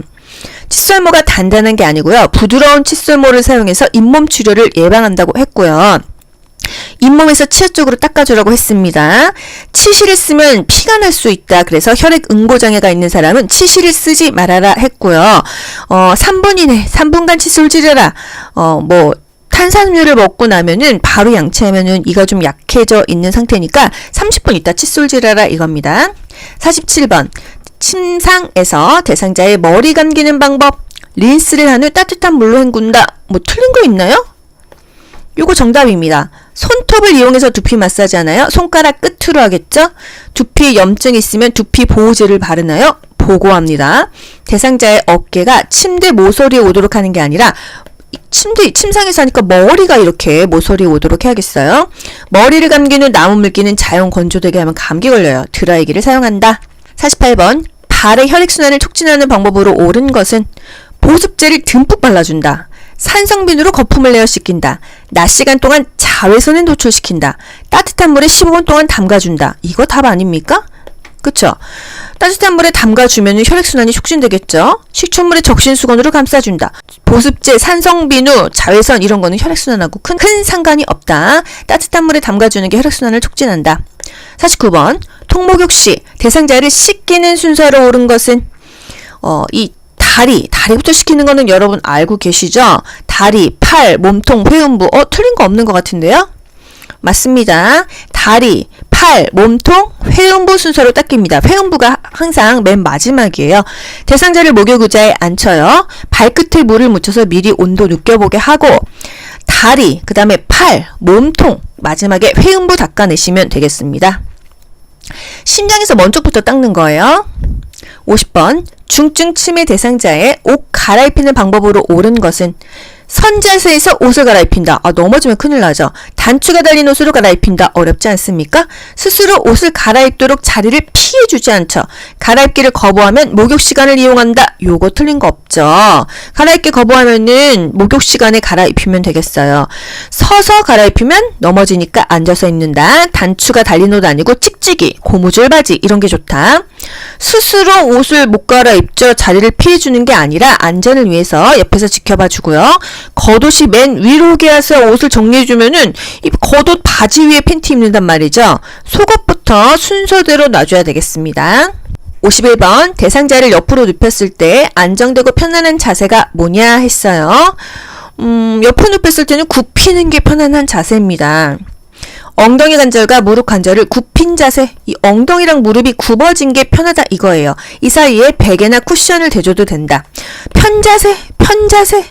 편자세는 다 틀리는 거예요. 다 읽을 필요도 없습니다. 이렇게 맞추시면 돼요. 옆으로 누운 자세, 이 엉덩이 관절과 무릎 관절은 굽히는 게 편하다. 엉덩이를 뒤로 빼준다. 이러면 자세가 편해지는 거 아시죠? 베개는요, 머리 아래에 대죠. 다리 사이에 하나 대죠. 그리고 가슴, 팔을 지지하면 되겠습니다. 52번 다음 그림과 같이 두 다리를 편 상태로 대상자를 똑바로 앉히면 손상될 수 있는 뼈는 사지마비 대상자 이렇게 앉힐 때 넙다리 부러짐에 조심해라 했습니다. 쭉 피면 안 되고 펼치라고 했어요. 펼치라고 넙다리 뼈요. 사지마비 대상자 어떻게 이렇게 앉혀? 어디 두 군데를 지지합니다. 어디죠? 목 아래와 이 모음팔을 밀면서 일으키는데 넙다리뼈가 골절되지 않도록 조심스럽게 다리를 펼쳐서 놓는다 이거예요. 펼쳐서 놓는다 이건 맞고요. 편 상태로 일으킨다 하면은 틀려요. 구부린 상태를 무리하게 펴지 않습니다. 넙다리뼈, 대퇴부가 부러질 수가 있어요. 여러분 사지마비 대상자는 뭐가 중요하죠? 보통은 다른 곳은 상체 하나, 하체 하나 그렇게 지지하는데 사지마비는 무조건 상체를 두고 지지합니다. 목을 못 가눠요. 목 밑에 손 넣고요. 이 양팔을 가슴 위에 올린 다음에 요 부분을 밀면서 받치고 지지합니다. 이것을 어깨비 또는 모은 손을 받치고 지지한다. 이렇게 표현하고 있어요. 편마비 대상자를 바닥에서 휠체어로 옮기는 순서. 여러분 보세요. 잡게 한다. 잠금장치를 잠근다. 항상 잠금장치가 첫 번째라고 했어요. 엉덩이를 들게 해서 허리를 펴게 한다. 앉힌다. 여러분 일단 잠금장치가 첫 번째죠. 앉힌다. 여기 네 번째죠. 그러면 나가 맨 먼저인 거 두 개가 있고요. 라가 맨 마지막인 거 그냥 이렇게 해도 답이 나옵니다. 아시겠죠? 첫 번째로 이동 방법을 설명하고 휠체어 잠금장치를 잠굽니다. 대상자가 자기 건강한 손으로 휠체어를 잡게 해요. 그리고 나서 대상자가 이렇게 일어날 수 있도록 해주고 휠체어에 앉게 되겠습니다. 순서를 다 몰라도요. 잠금장치가 무조건 첫 번째야. 맨 마지막에 앉는 거야. 기억하시면 되겠어요. 어디를 지지해요? 대상자는요, 건강한 손으로 휠체어를 잡고요. 요양보호사는 상체만 두고 지지합니다. 이게 앉았다 일어날 때 다리를 지지할 수가 없어요. 그래서 불편한 쪽 지지해 줍니다. 허리와 어깨 지지해 주면 되겠어요. 바닥에서 휠체어 갈 때, 휠체어에서 바닥 갈 때 항상 대상자는 건강한 쪽으로 본인이 바닥을 짚던 휠체어를 짚어요. 요양보호사는 어깨와 허리를 지탱해 주면 되겠습니다. 또는 어깨와 몸통을 지지해 주면서 이동하면 되겠습니다. 54번 대상자의 보행을 도울 때 보행벨트를 사용하는 순서로 옳은 것은 일단 보행벨트 상태를 확인한다. 벨트 손잡이를 잡고 이동한다. 벨트가 풀리지 않았는지 확인한다. 대상자의 허리 부분에 벨트를 묶는다. 일단 벨트 상태를 확인하는 게 첫 번째가 되겠습니다. 그리고 나서 벨트를 묶고요. 이게 묶은 게 풀리지 않았는지 확인을 하고 이동을 하면 된다 이거예요. 이 순서인 것은 정답 5번이요. 항상 보행기 보행벨트는 대상자의 불편한 쪽 뒤쪽에 선다. 55번 왼쪽 편마비 대상자가 지팡이를 사용하여 계단을 내려가는 순서. 내려갈 때와 평지가 같아요. 어떻게 하죠? 지마건 이렇게 쓰고 시작하시는 거예요. 지팡이는 항상 제일 먼저라고 했습니다. 그리고 왼쪽 편마비니까 마비 쪽이 어디예요? 왼쪽이죠? 그 다음에 오른쪽. 왼쪽 오른쪽 지마건 정답은 1번이다. 이렇게 바로 맞추시는 거예요. 그럼 만약에 여러분 계단을 올라가는 순서 이거 물어봤어요. 그럼 정답 뭐죠? 올지건마 이렇게 써놓고요. 올라갈 때는요. 지팡이 먼저 그 다음에 건강한 쪽 마비 쪽이다. 왼쪽 편마비야. 마비 쪽은 왼쪽이야. 건강한 쪽은 오른쪽이야. 이렇게 올라갈 때는 지팡이 오른쪽 왼쪽 이게 정답이 되는 겁니다. 항상 내려가는 쪽이나 평지를 물어보면요. 지마건 써놓고 마비 쪽과 건강한 쪽을 찾으시고요. 올라가는 거 물어봤어요. 그러면 올지건마 적어놓고 올라갈 때는 지팡이 건강한 쪽 마비 쪽이다. 이렇게 답을 내시면 됩니다. 지팡이 평지나 내려갈 때는 지마건, 올라갈 때는 올지건마 이렇게요. 지팡이의 위치는요. 서 있으면요. 새끼 발가락에 15cm 여기고요. 항상 지팡이든 보행기든 엉덩이 높이이다. 팔은 30도 각도이다. 56번 다음 그림과 같은 보행보조차를 안전하게 사용할 수 있는 대상자는 요거 뭐죠 여러분? 보행보조차 실버카예요. 어느 정도 균형을 잡을 수 있는 분들이 요걸 씁니다. 여러분 마트 같은데 이런 거 끌고 오는 할머니 할아버지 못 보셨어요? 저는 많이 보거든요. 정말 이렇게 체크무늬로 되어 있어요. 이게 복지 용구입니다. 균형 감각이 어느 정도 있어야지 이거 끌고 다녀요. 이거 그냥 잘 넘어지거든요. 그렇게 힘이 있지는 않아요. 빠르게 걸을 수 있고 간단한 물건을 담을 수가 있다. 어느 정도 균형 감각과 보행 능력이 있는 대상자가 씁니다. 아시겠죠? 보행보조차 실버카입니다. 보행기 실버카. 요건 보행차인데요. 이거는 균형 감각이 없는 대상자가 여기 이렇게 바퀴가 달려 있어서 요거에 완전히 의지해서 걷는 거예요. 하지만 반신마비자는 사용할 수가 없어요. 지팡이보다는 훨씬 더 안정적이다. 하지만 실버카는 어느 정도 균형 감각이 있는 사람이 쓸 수가 있다 이겁니다. 57번 시설에서 감염 예방을 위해서 반드시 따로 처리해야 되는 것. 대상포진 대상자의 식기, 천식 대상자의 세면도구, 결핵 대상자의 가래가 묻은 휴지 요거 아니겠습니까? 그쵸? 대상포진은요 식기를 옮지 않아요. A형 간염은 식기를 같이 쓰면 옮습니다. 이게 먹어서 걸리는 병이라서요. 노로바이러스도 마찬가지로 노로바이러스 걸린 요양보호사가 회복됐다고 해도 2, 3일 동안 그 손으로 요리하면 그 요리 먹은 사람이 노로바이러스 걸렸잖아요. 대상포진은 면역력이 떨어졌을 때 걸립니다. 천식 대상자의 세면도구. 천식은요 호흡기 질환이에요. 옮지는 않는다. 결핵 대상자의 가래가 묻은 휴지. 결핵은 감염성 질환입니다. 옮을 수가 있어요. 이 가래가 묻은 휴지는요. 반드시 격리 폐기물 통에 버려야 돼요. 불에 태우는 소각법이 가장 좋습니다. 배설물 처리에 유의해야 된다. 접촉성 피부염 대상자의 젖은 의복. 접촉성 피부염은 접촉했을 때 생기는 거예요. 전립선 비대증 대상자의 얼룩진 층부. 전립선 비대증은 옮는 게 아니죠. 반드시 따로 처리해야 되는 것은 결핵 대상자의 가래가 묻은 휴지가 되겠습니다. 전파 가능성이 있기 때문이에요. 감염병에도 1급, 2급, 3급, 4급이 있거든요. 결핵은 2급 감염병이에요. 그래서 전파 가능성이 있고요. 24시간 안에 결핵 환자가 병원 갔어. 보건소에 신고해야 되거든요. 58번 지진이 발생했을 때 대처 방법은 창문을 열고 환기한다.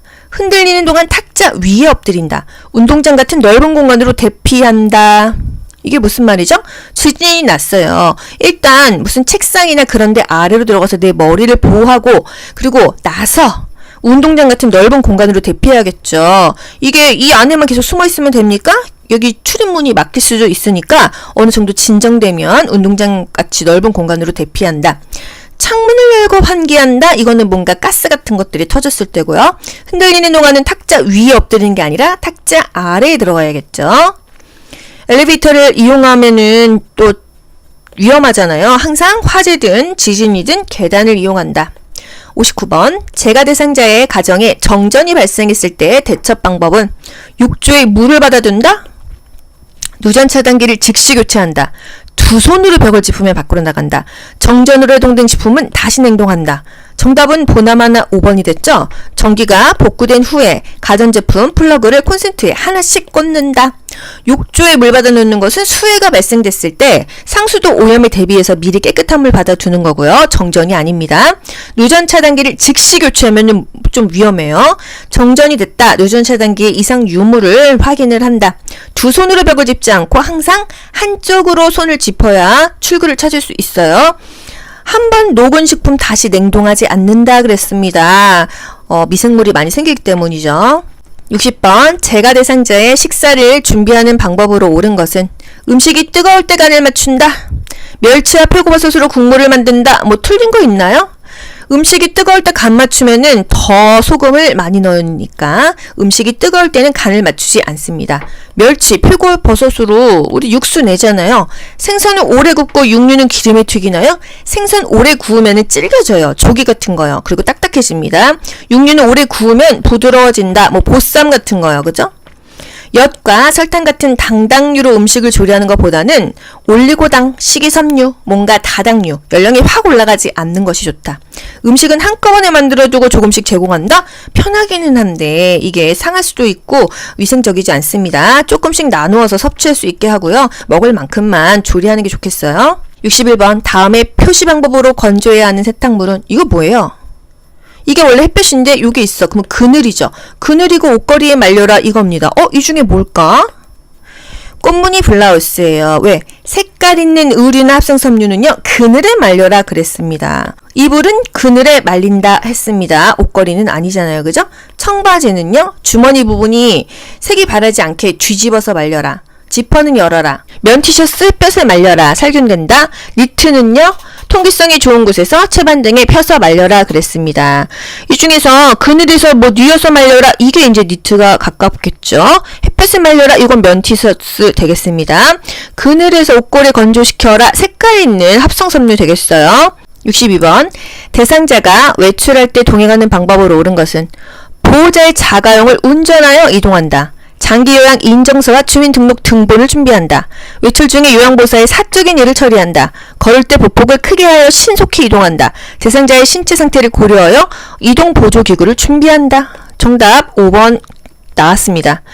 일단 보호자의 자가용을 운전하여 이동하지 않아요. 왜? 이거 운전하다가 사고 나면은요 요양보사가 다 책임져야 되거든요.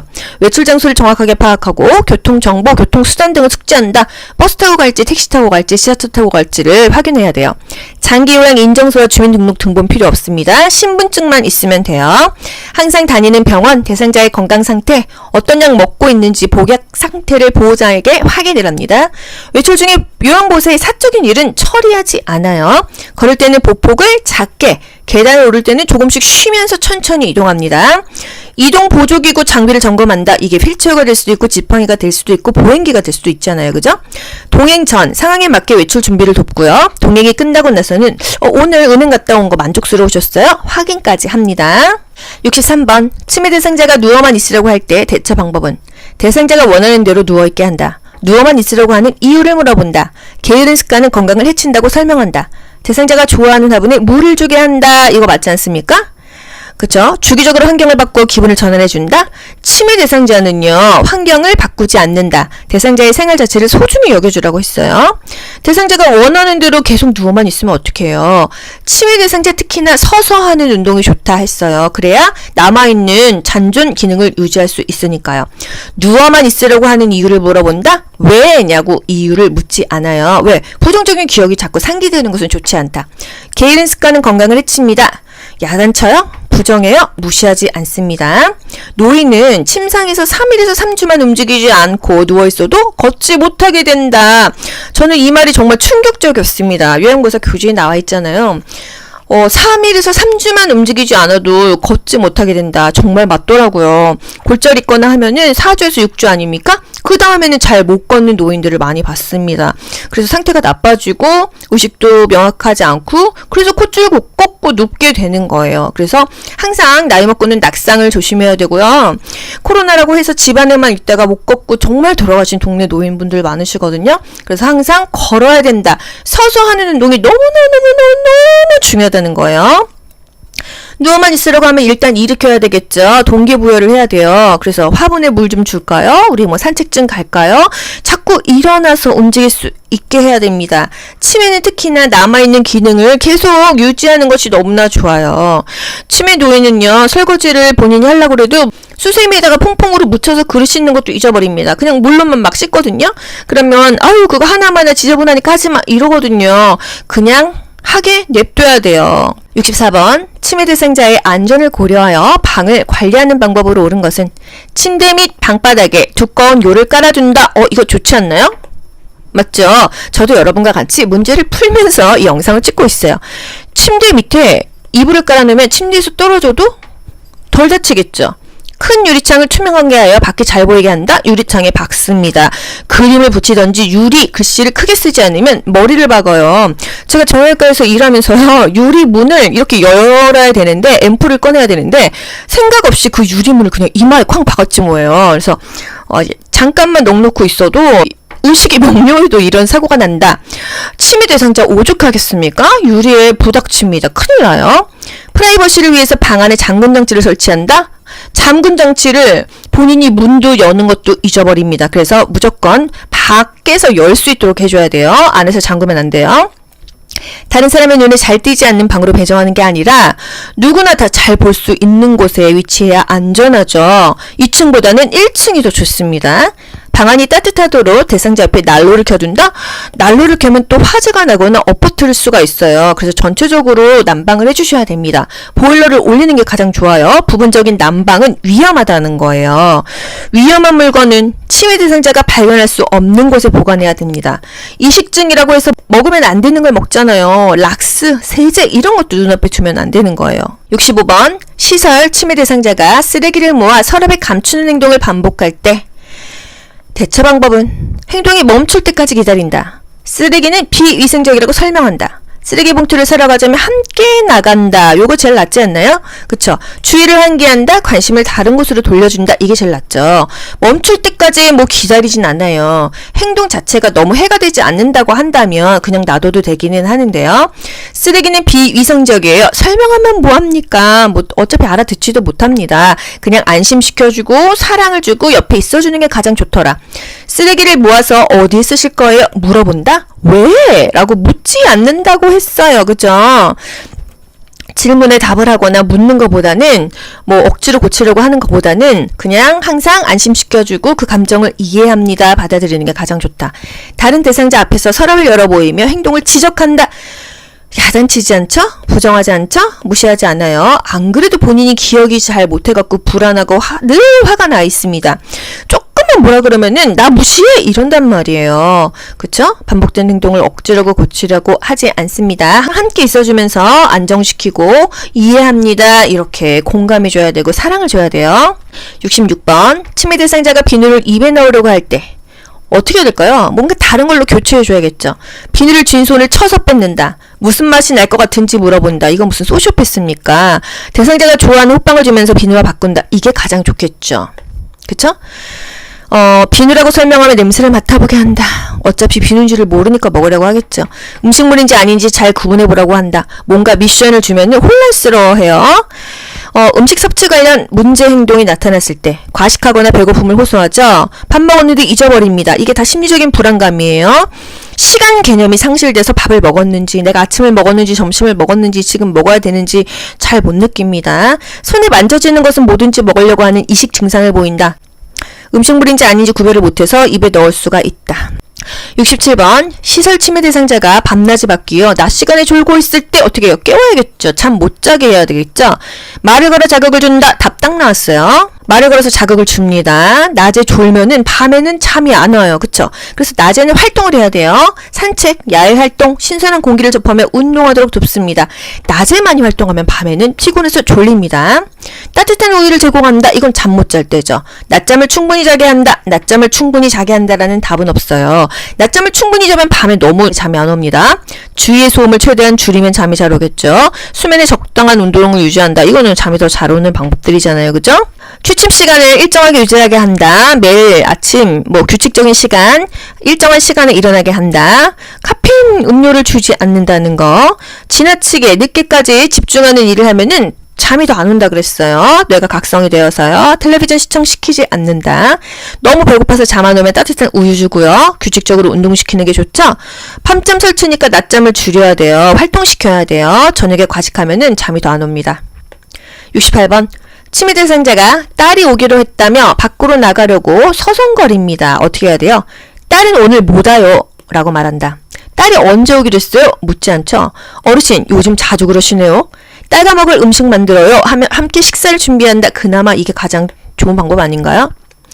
고향이나 가족에 대한 대화를 나눠서 이 관심을 다른 곳으로 돌려주죠. 그래서 배를 줄여줍니다. 뭔가 서성거린다.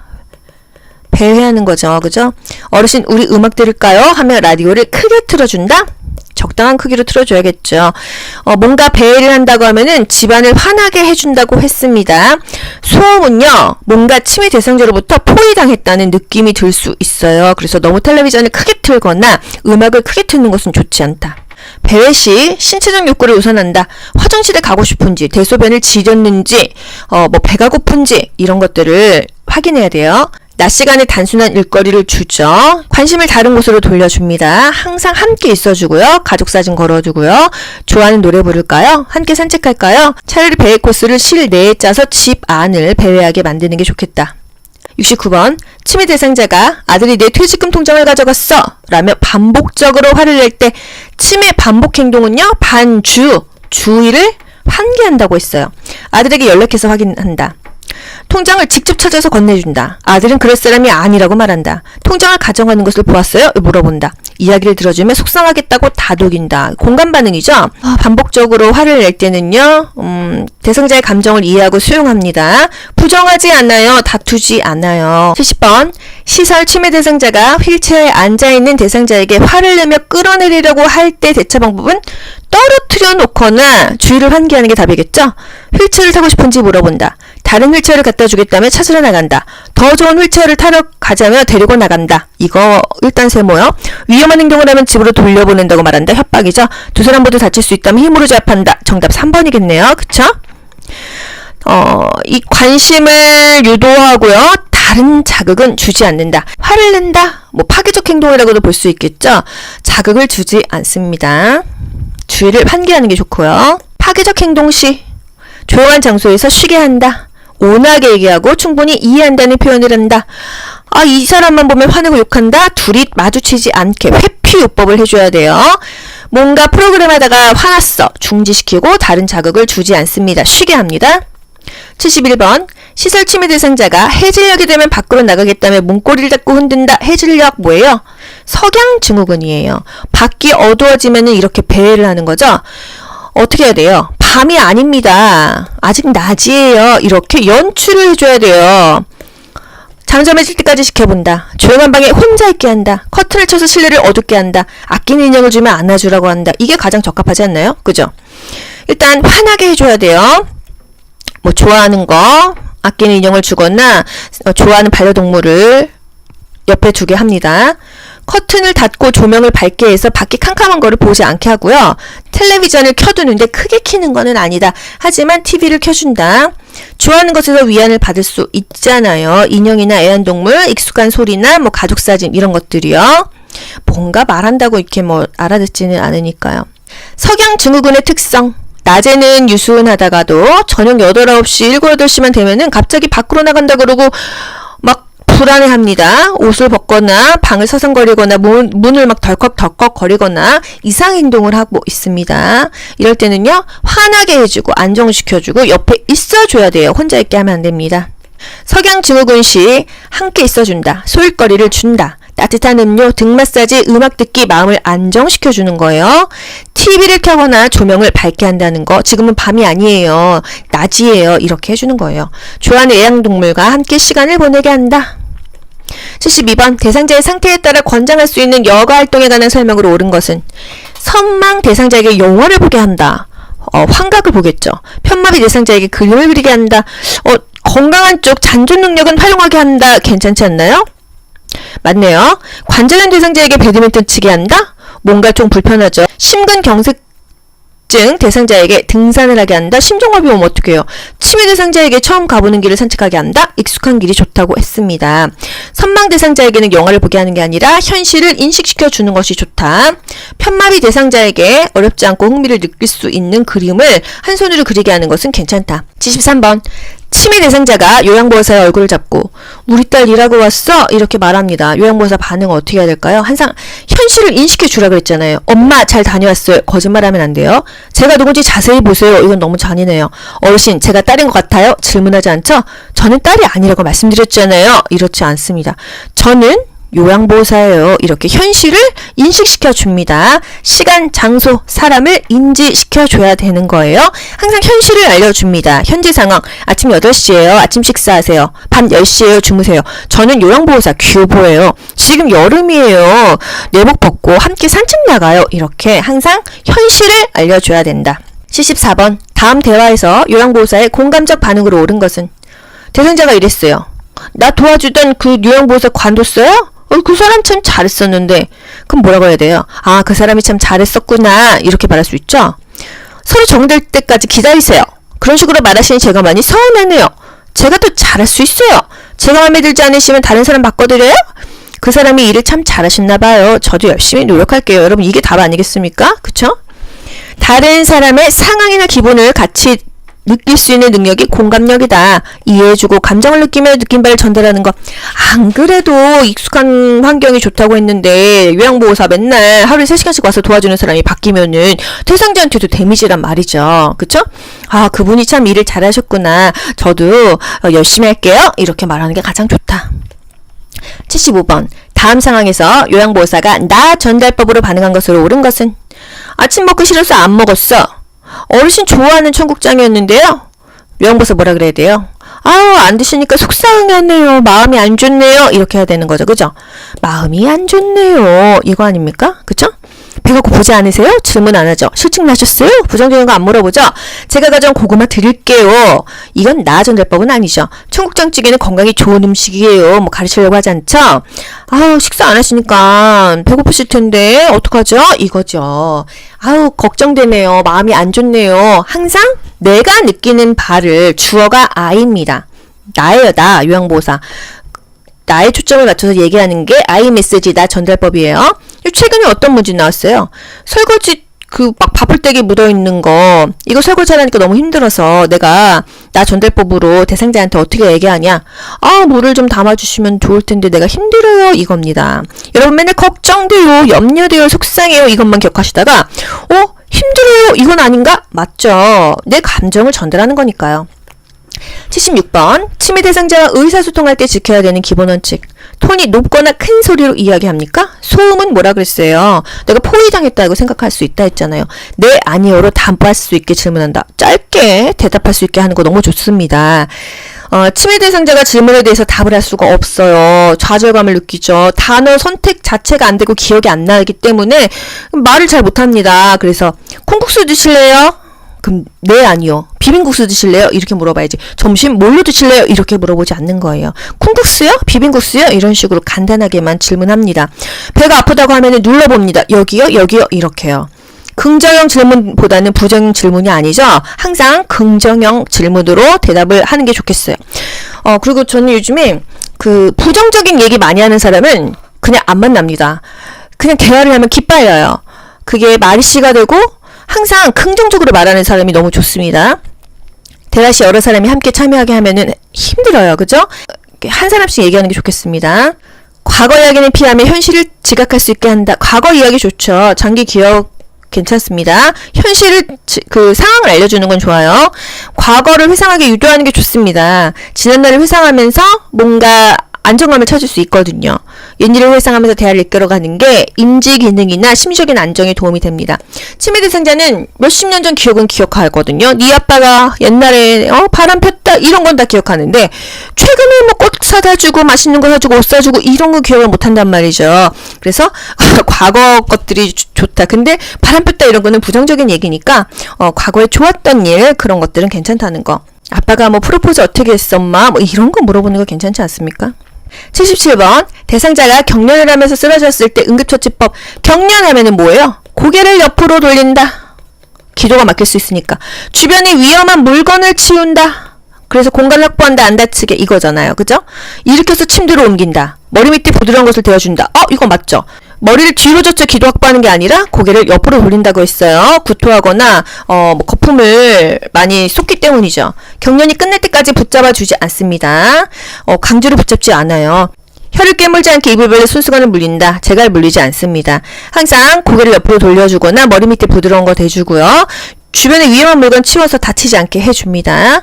또 그냥 관찰하고요. 뭐 옷이 너무 꽉 껴있다면 느슨하게 풀어준다. 대상자 억지로 꽉 붙잡지 않아요.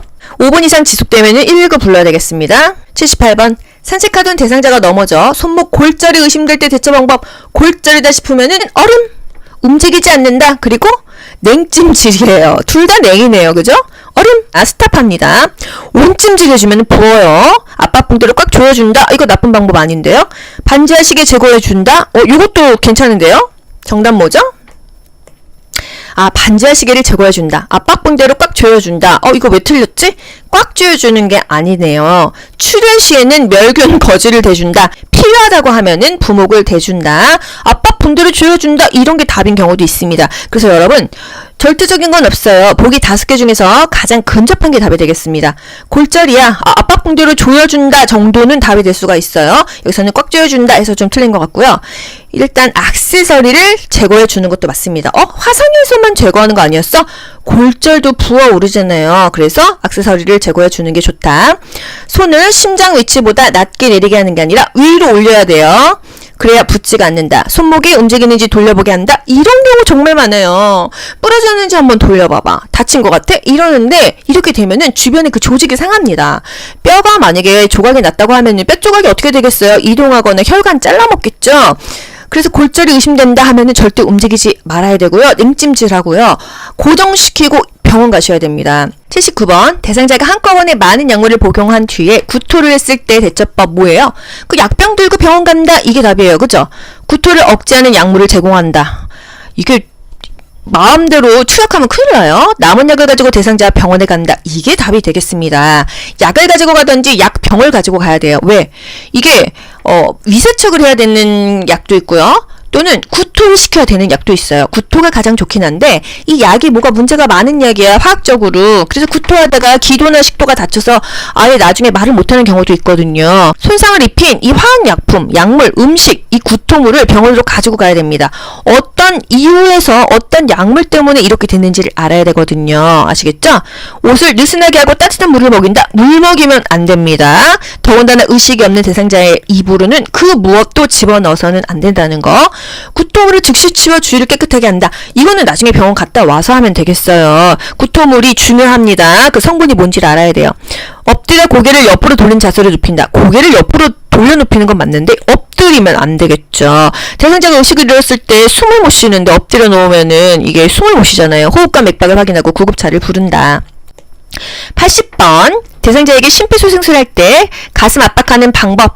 가슴 압박 때 인공호흡은요 30대 2입니다. 심장을 압박하는 게 이 가슴 압박이죠.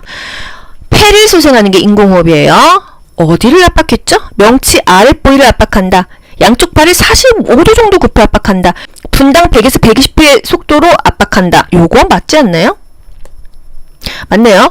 명치 아랫부위를 압박하는 게 아니라 가슴 중앙의 흉골 아래 가슴뼈 아래쪽 절반 부위 2분의 1 지점. 이 노란색에서 2분의 1, 요 아래를 압박하는 거고요. 여기 칼길기라고 뾰족하게 조그맣게 있는데 이거는 누르면 안 됩니다.